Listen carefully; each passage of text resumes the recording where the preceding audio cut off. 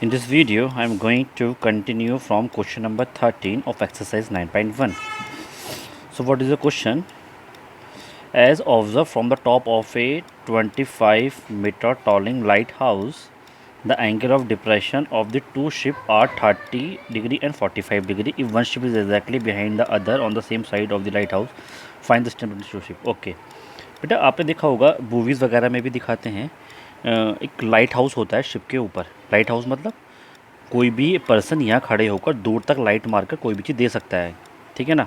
ये आपको आर्मी वगैरह में भी बड़े बड़े लाइट हाउस मिल जाते हैं, ठीक है ना, जहाँ पर भी सिक्योरिटी रीज़न होता है या आप शिप पर होते हैं तो उसमें देखा जाता है कि कोई आइज़ या कोई शिप तो नहीं आ रहा दूर तक, तो वो यहाँ पर खड़े होकर दूर से देखते हैं, बोलते हैं आप लाइट हाउस, ठीक है ना। तो एक लाइट हाउस है, ठीक है, उसके ऊपर कोई खड़ा है और वो आदमी यहाँ खड़े होकर देखता है कि दो शिप आ रही हैं और दोनों एक दूसरे के पीछे हैं। दो शिप आ रही हैं और दोनों एक दूसरे के पीछे हैं। ये ए शिप है, ये बी शिप है मान लीजिए, और दोनों एक दूसरे के पीछे हैं और दोनों के पीछे एंगल दिखा रहे हैं। जैसे मान लीजिए ये दिखा रहा होगा शायद 30 या 45, वो जो भी होगा, और 60, इस तरीके से कुछ एंगल गिवन है, दो एंगल गिवन है। तो उसने पूछा है कि अगर ये आदमी लाइट हाउस से दो शिप देख रहा है जो एक दूसरे के पीछे, दोनों के एंगल गिवन है, तो उसने पूछा है कि दोनों शिप के बीच का डिस्टेंस कितना है, आपको ये बताना है। ये आपका क्वेश्चन। चलिए समझाते हैं। देखिए आपको क्वेश्चन आपका 13 नहीं रहा। मान लीजिए एक आदमी है जो यहाँ पर इस समय यहाँ पर लाइट हाउस के ऊपर है। अब एक तो शिप है सी पर, एक शिप है डी पर। तो ये देखता है शिप सी जो है वो एंगल बना रही है 45 का, और जो शिप डी है बना रही है एंगल 30 के। दो एंगल्स ने दे रखे हैं। तो उसने पूछा कि इन दोनों के बीच में गैप कितना है, यानी कि आपको वाई निकालना है। लेकिन बेटा जो एंगल है वो डिप्रेशन मतलब ऊपर से देख रहा है, तो एक ऊपर का लगाएंगे, ऊपर का लगाएंगे, ठीक है ना। एक तो एंगल है 30 का, तो जब ये बराबर है और ये ट्रांसवर्सल है तो ये 30 तो ये भी 30 हो जाएगा अल्टरनेट इंटीरियर से, और ऐसे ही आपका ये 45 हो जाएगा, ठीक है ना।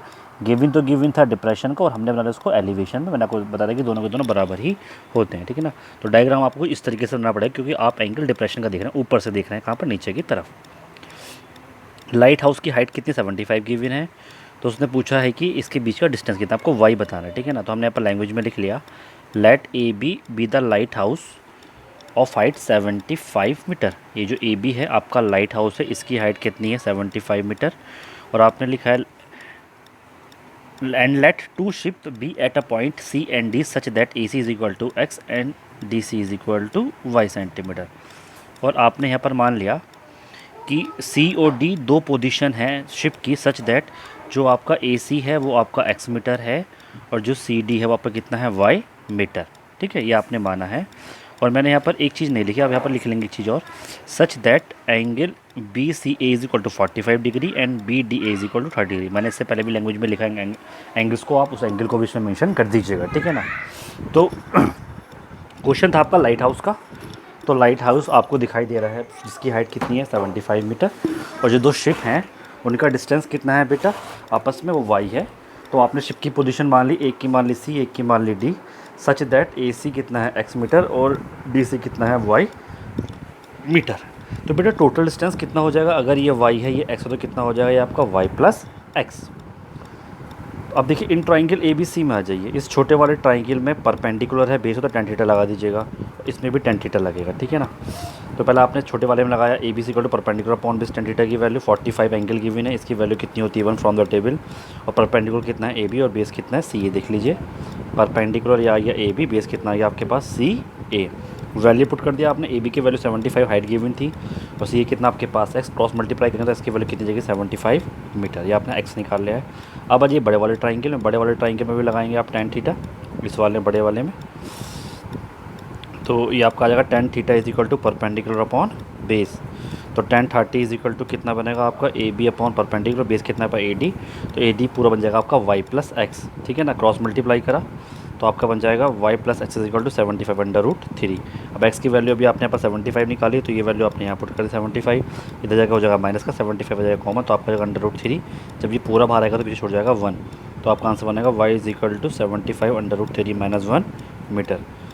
सो आप लिख देंगे लैंग्वेज में, यहाँ पर स्किप हो गया है ये तो आप यहाँ पर ये लिख देंगे इसके बाद, hence the distance between the two ship is 75 under root 3 minus 1 metre, ठीक है ना। आपके लिख देंगे hence the distance between the two ship is 75 under root 3 minus 1।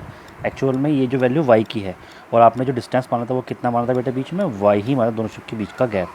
तो आप लिख देंगे लैंग्वेज में hence the distance between the two ship is 75/3 - 1 metre. अब आते हैं नेक्स्ट क्वेश्चन पर। नेक्स्ट क्वेश्चन पहले रीड करते फिर आपको समझा देता हूँ मैं।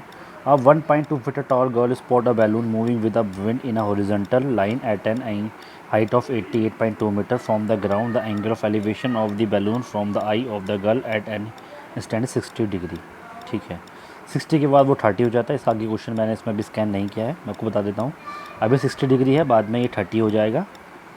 ठीक है ना, और पूछा है कि उसने कितना डिस्टेंस ट्रैवल किया। चलो मैं आपको क्वेश्चन समझा देता हूँ। क्वेश्चन क्या है, क्वेश्चन है आपका, मैं आपको समझा देता हूँ। कंप्लीट क्वेश्चन नहीं है इसमें, फिगर में आपके पास एक बैलून है और एक गर्ल है, यहाँ पर। इसकी हाइट कितनी है, 1.2 मीटर। ठीक है ना, और ये एक बैलून को उड़ा रही है। ठीक है ना, एक बैलून है मतलब जो उड़ रहा है, और इसकी हाइट इतनी। तो जब ये बैलून को देखती है तो एंगल बनता है 60 डिग्री का। लेकिन अभी यहाँ पर एक विंड चल रही है हॉरिजॉन्टल डायरेक्शन में, तो बैलून कुछ देरी बाद यहाँ पहुँच जाता है। तो इस गर्ल की जो एंगल बन जाता है 30 डिग्री। मतलब पहले था 60 डिग्री और जब ये हवा से इधर पहुँचे तो कितना बन गया, 30 डिग्री। तो उसने पूछा है कि ये इस बैलून ने कितना डिस्टेंस ट्रैवल किया। ये आपका क्वेश्चन।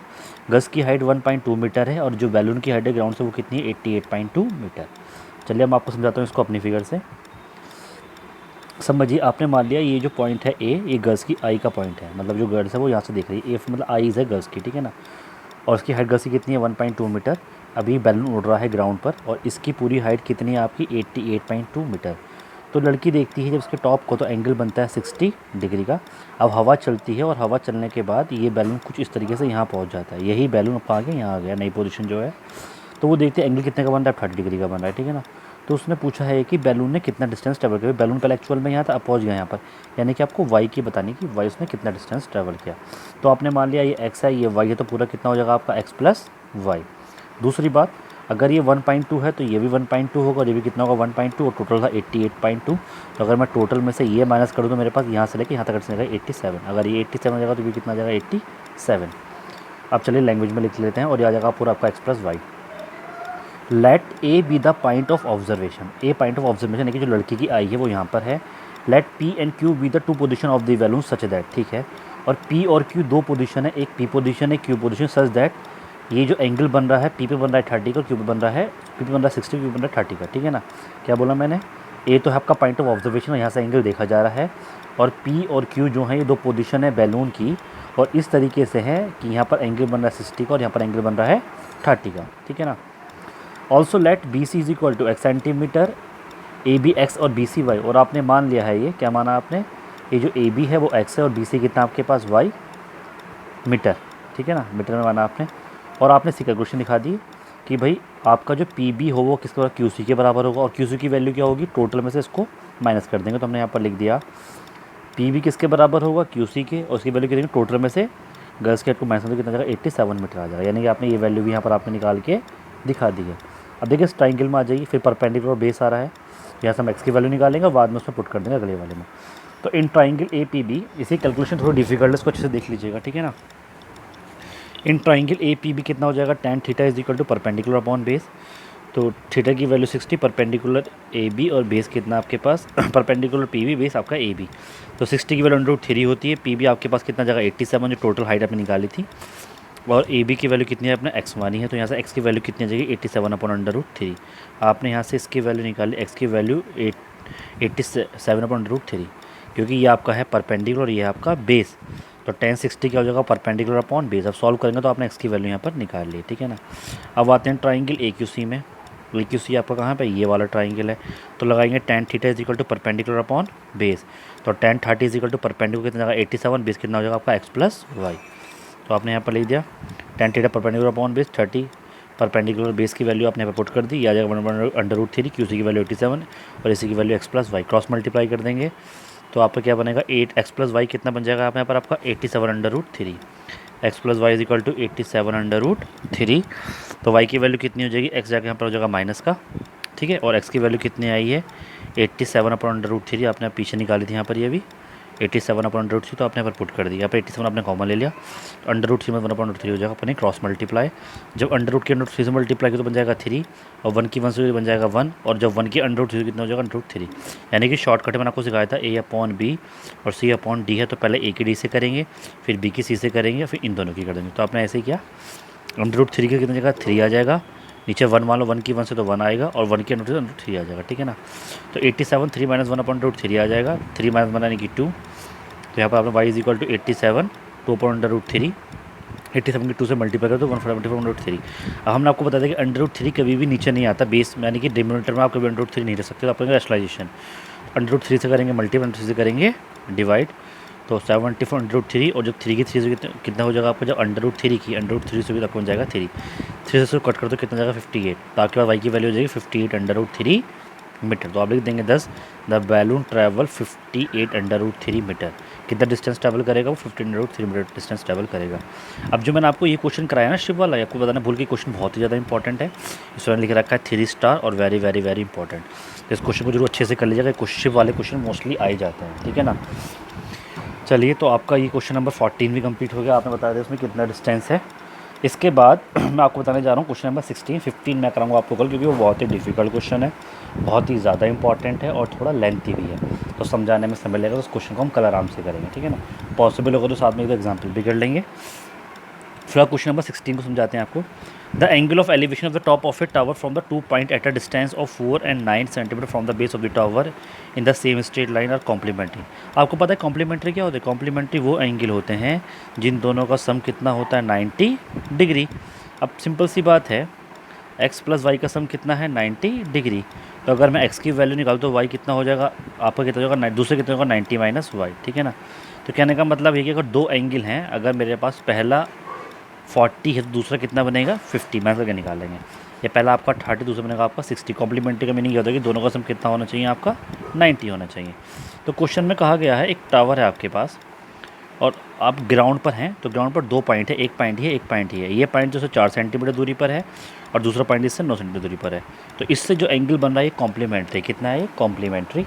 कॉम्प्लीमेंट्री इन दोनों का सम कितना होगा 90 डिग्री होगा। तो आपने क्या किया, इसको मान लिया थीटा, तो ये कितना हो जाएगा 90 माइनस थीटा।